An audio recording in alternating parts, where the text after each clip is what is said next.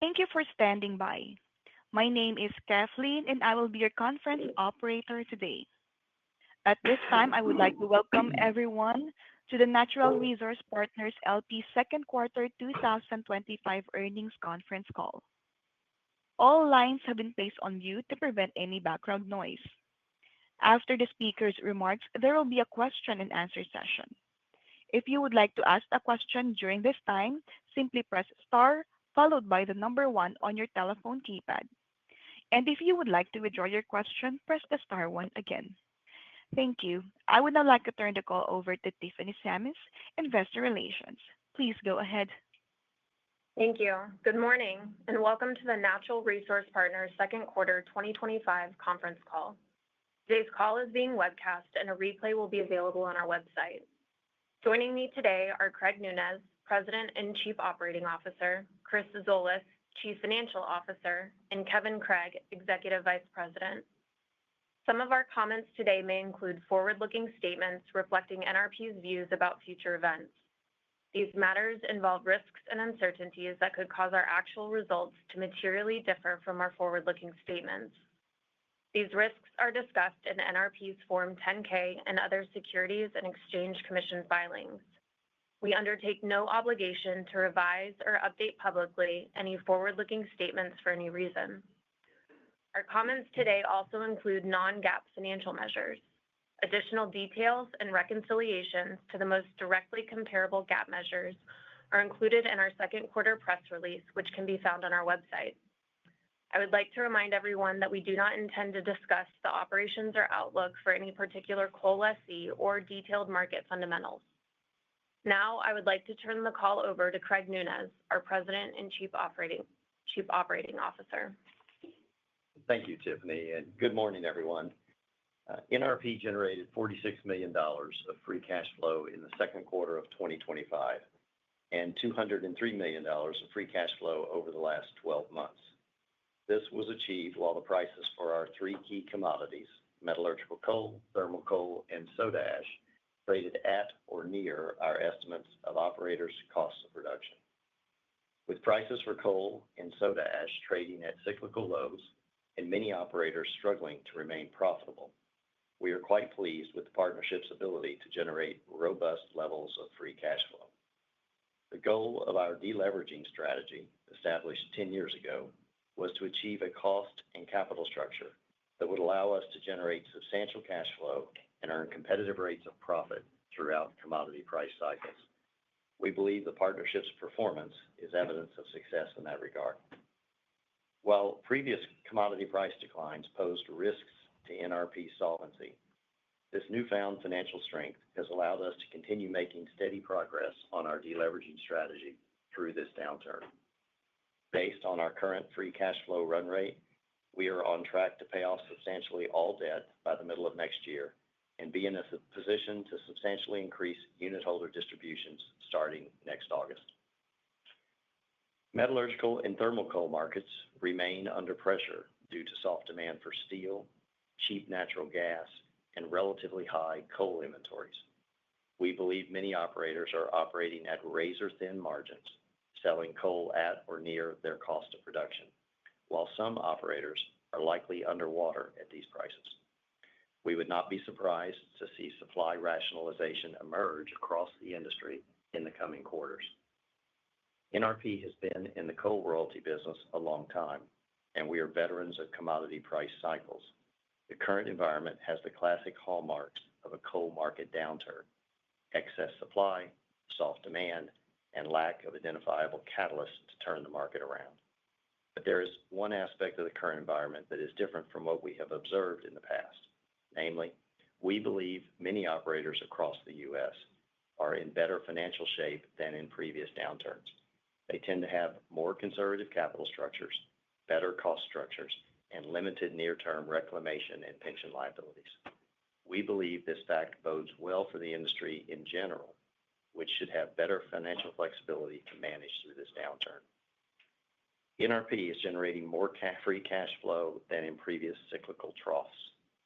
This is one beneficial impact for us from the post-COVID inflationary surge. As the marginal cost of production for coal has risen, The break-even coal sales prices for operators have also increased. As a royalty owner, we benefit from higher sales prices without having to bear the risk and burden of our operators' higher costs of production. The soda ash market also remains significantly oversupplied, which has driven sales prices below the cost of production for most producers. And in some regions, we believe prices are at or below even the variable cost of production. While we believe this price environment is unsustainable long term, we have not yet seen meaningful supply rationalizations necessary to rebalance the market. It is our view that it will likely take several years for demand to grow and/or supply to rationalize sufficiently for the market to reach a price equilibrium consistent with historical norms. We expect distributions from Sisecam Wyoming to remain at historically low levels, potentially zero, for the foreseeable future. We continue to hold an optimistic view of the long-term fundamentals of the soda ash market in general and about our investment in Sisecam Wyoming in particular, as it benefits from being one of the world's lowest cost producers. We have no significant progress to report on our carbon neutral initiatives over the last quarter. The general market for most C&I activities is stagnant, as political, regulatory, and market uncertainties pose significant hurdles for developers contemplating large capital investments for carbon neutral projects. To summarize, the collective market for our three key commodities is as negative as it's ever been. Despite this, the partnership continues to generate robust levels of free cash flow that are being used to pay down debt. Based on free cash flow run rates currently, we expect to pay off substantially all of our debt in the coming months and be in a position to significantly increase unitholder distributions starting next August. With that, I will turn it over to Chris. Thank you, Craig. In the second quarter of 2025, NRP generated $34 million of net income and $46 million of both operating and free cash flow. Our mineral rights segment generated $40 million of net income and $46 million of operating and free cash flow. When compared to the prior year's second quarter, our mineral rights segment net income decreased $13 million, while operating and free cash flow each decreased $11 million.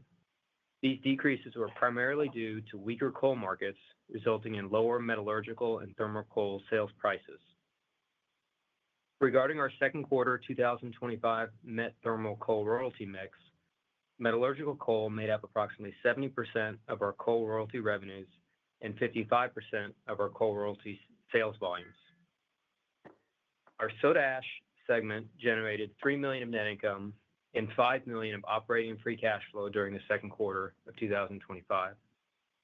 Net income decreased by $1 million compared to the prior year's second quarter, while operating and free cash flow each decreased by $3 million. These decreases were due to lower sales prices driven by weak glass demand from the construction and automobile markets, and the influx of new natural soda ash supply from China. We expect prices and our distributions received from Sisecam to remain at these lower levels until demand rebounds or there is a significant supply response, most likely from higher cost synthetic production. Moving to our corporate and financing segment, Q2 2025 net income, operating cash flow, and free cash flow all improved $2 million as compared to the prior year period due to less debt outstanding, resulting in lower interest costs and less cash paid for interest. Regarding our quarterly distributions, in May of 2025, we paid the first quarter distribution of 75 cents per common unit, and today we announced the second quarter 2025 distribution of 75 cents per common unit that will be paid later this month. And with that, I'll turn the call over to Kathleen, our operator, for questions. Thank you. We will now begin the question and answer session. If you have dialed in and would like to ask a question, please press star one on your telephone keypad to raise your hand and join the queue. And if you would like to withdraw your question, simply press the star one again. If you're called upon to ask your question and listening via loudspeaker on your device, please pick up your handset and ensure that your phone is not on mute when asking your question. Again, please press star one to join the queue. Your first question comes from the line of David Spear of Nitor Capital Management. Please go ahead. Hi, how are you guys? Morning. Morning. Given all the weakness in the different areas, whether be coal or soda ash, you know, at the point at which you guys get to debt free, are there any realistic opportunities to pick up additional royalty assets or soda ash assets? I mean, just it seems like given the weakness you're seeing, that could be a possibility. Let's just talk about first the mineral rights market, the market for mineral rights around the country. It's a very fragmented market with many different owners that own many different types of mineral interests. It's not a very well organized market. So transactions have to be done on a one-off type basis. So there's always possibilities to find those types of investments. But generally speaking, there's not very much trading activity that takes place in those. So it's not something that's very common. But is that something that was off the table given the priority to delever, and then once that has been paid off, that you could possibly look at some acquisitions on an unlevered basis? Well, I'll tell you that once that we achieve what we think of as our version of a fortress balance sheet, our three priorities for cash are going to be: number one, unit holder distributions; number two, unit repurchases at material discounts to our estimates of intrinsic value; number three, opportunistic investments, as you speak of, where we can acquire assets that fall within our circle of competence, I guess I'd say, at bargain prices.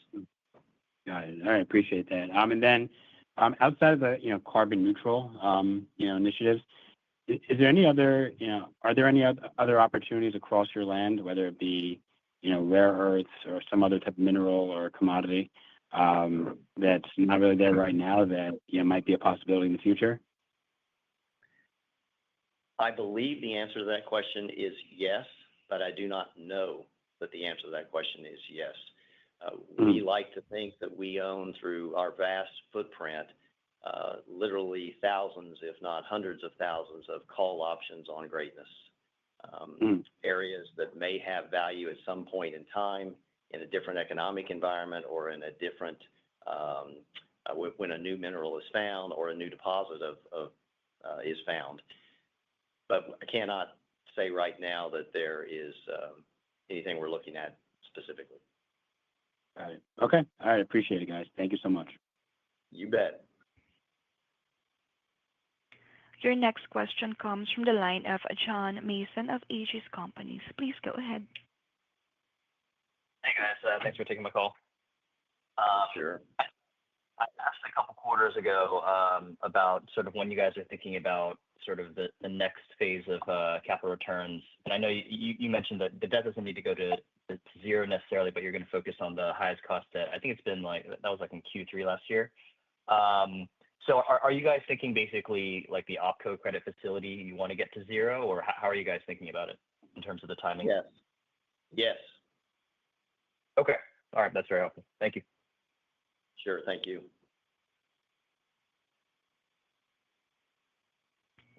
And that concludes our Q&A session. I will now turn the conference back over to Craig Nunez for closing remarks. Thank you very much. And thank you all of you for participating in our call. We look forward to talking to you next week or next quarter, and we thank you for supporting NRP. Ladies and gentlemen, that concludes today's call. Thank you, everyone, for joining. You may now disconnect.